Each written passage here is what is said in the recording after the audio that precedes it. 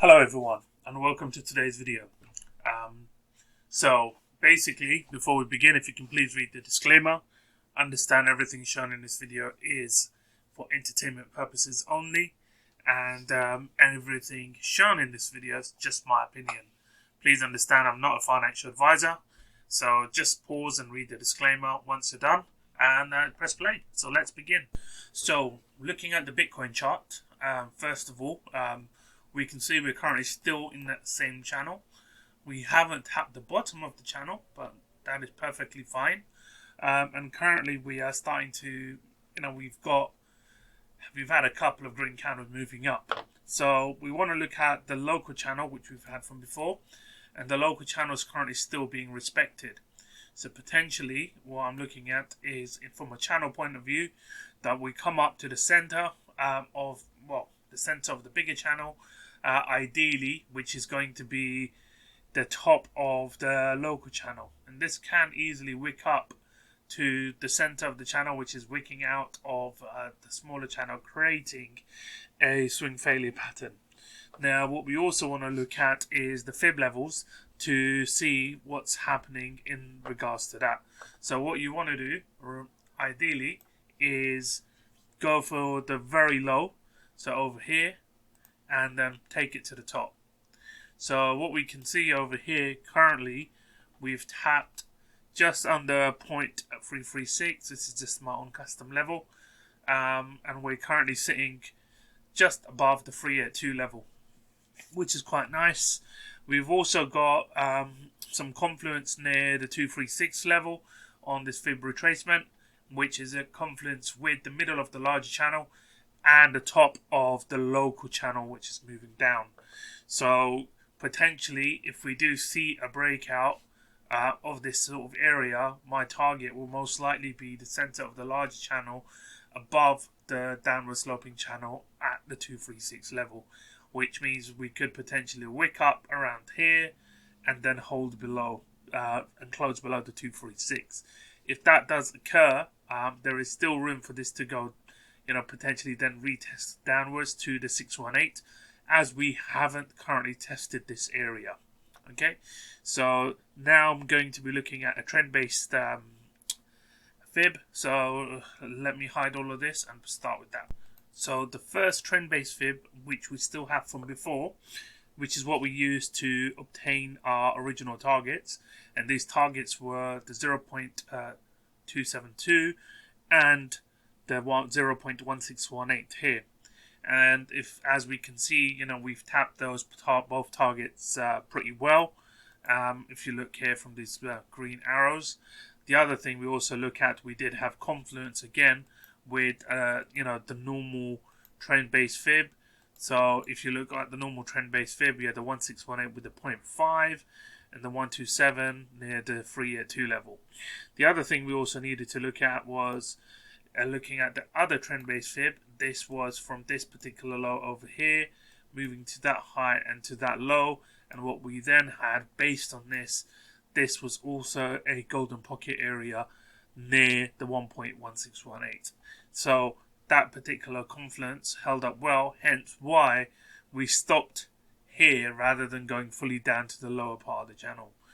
So that would define why price came down to around here to potentially bounce. Now, if we do bounce from here, we want to look at where we could potentially go next.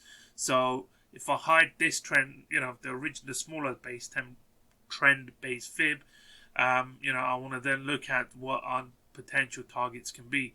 Now, based on this, on the bounce, the natural area for it to go would again be the 0.886, ideally and if we do get a breakout of that, then the high of the point, to the 0.1. So looking at this again adds to the confluence of potentially price moving up to the middle of that channel. Now, if we do break above this channel, this downward sloping, and we start to form a channel moving upwards in an ascending diagonal, then what we're looking at will be targets of around 1.27 and 1618.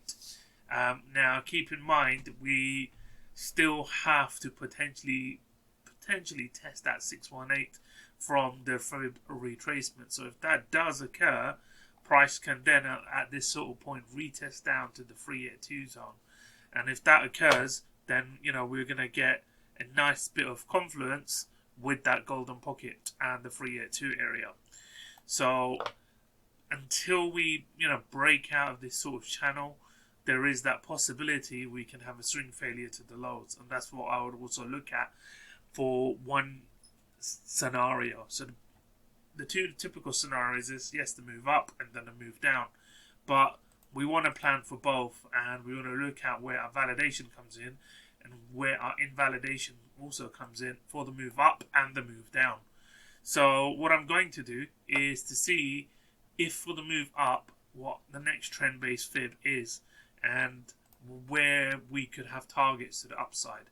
So for this, I'll be taking the trend based tool, taking this low over here to the high, to the low, and then work out what potential targets can be. And again, we have a nice 618 again, yeah, at the top of the downward sloping channel and the middle of the bigger trend line.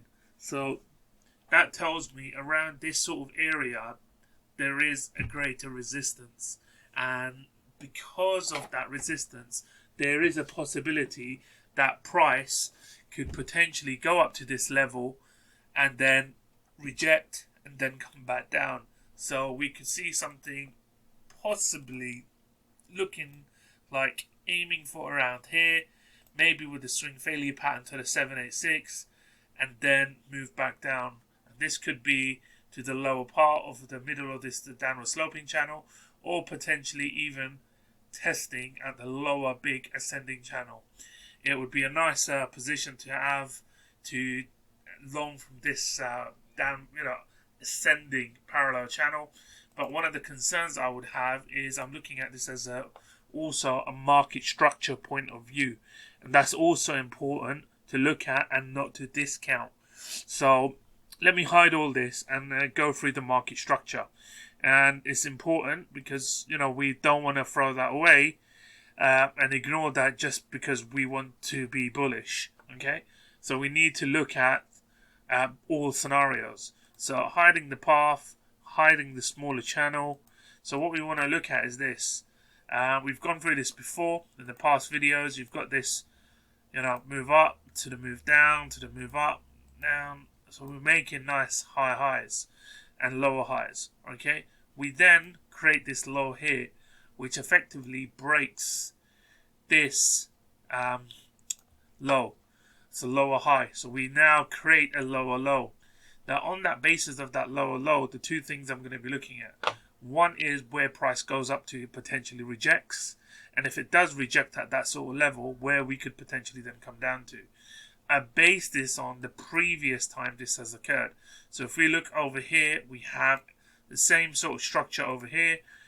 Price moves up, it breaks below, we test at the top and dump. And so looking at this structure, we want to look at logically what happened here, why it went down. So basing this, we grab the fib retracement tool, take it to the high, to the low, and we can see we rejected around the 618 and then dumping down.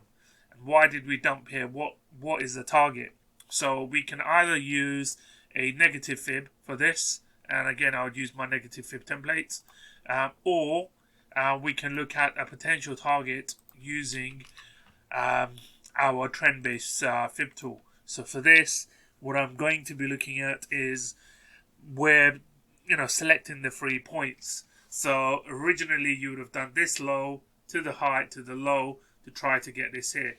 Now in this sort of instance, because we've had this high, the third point will be this point over here.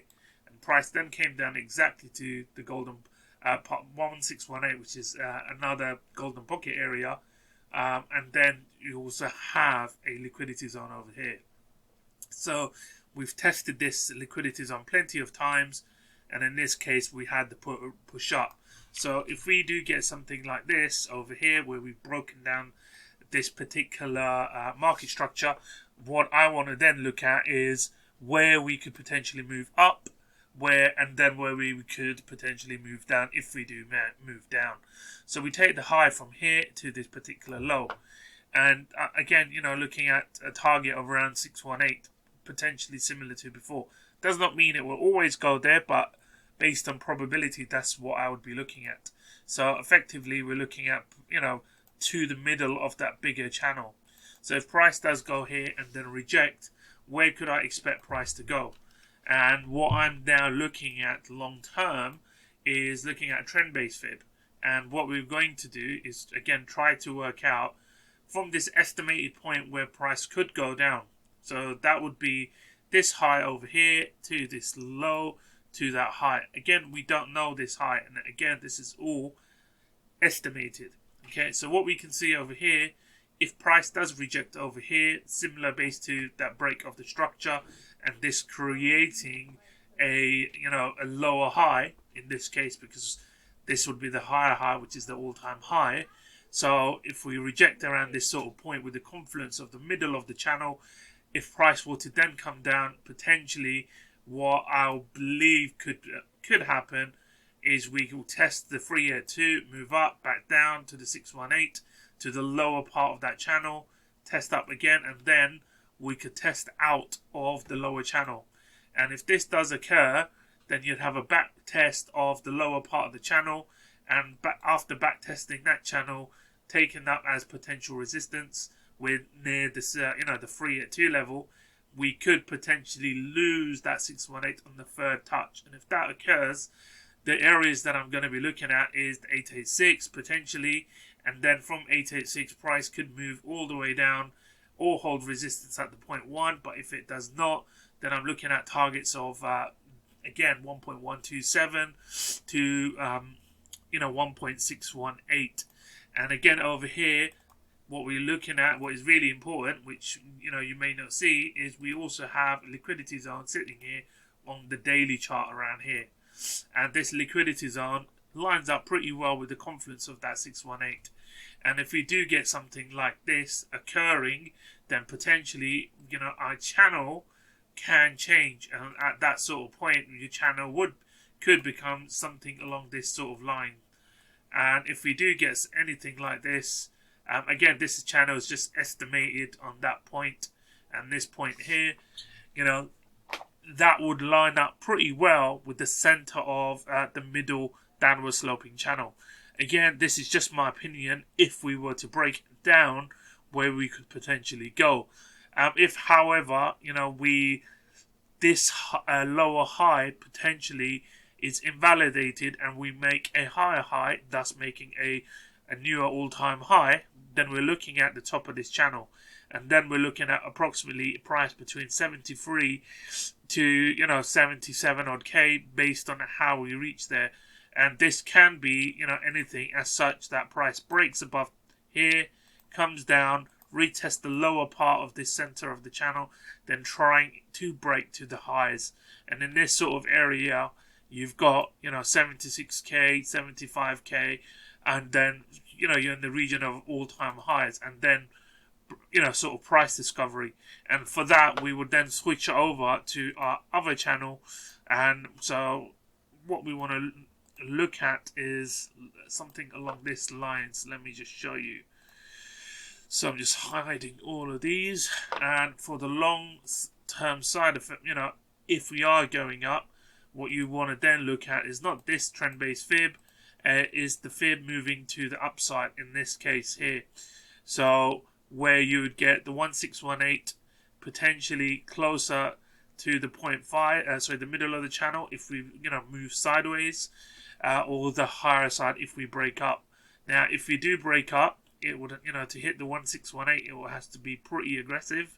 Otherwise, if time goes along, you can still hit the 1618, which is around 72k, but you need to break out of the resistance of that local 618. So based on that, this is where you're going to start to get sort of resistance and potential sideways movement before we could go up. So I'm looking at both these sort of scenarios. I do have my invalidation points, and and I'll take my trade as such. So also looking at from a indicator point of view, the daily looks pretty decent. And on the daily side, what we're seeing is we've got a nice amount of buys. The sales number has dropped, and we're about to cross over on the Titan RG indicator.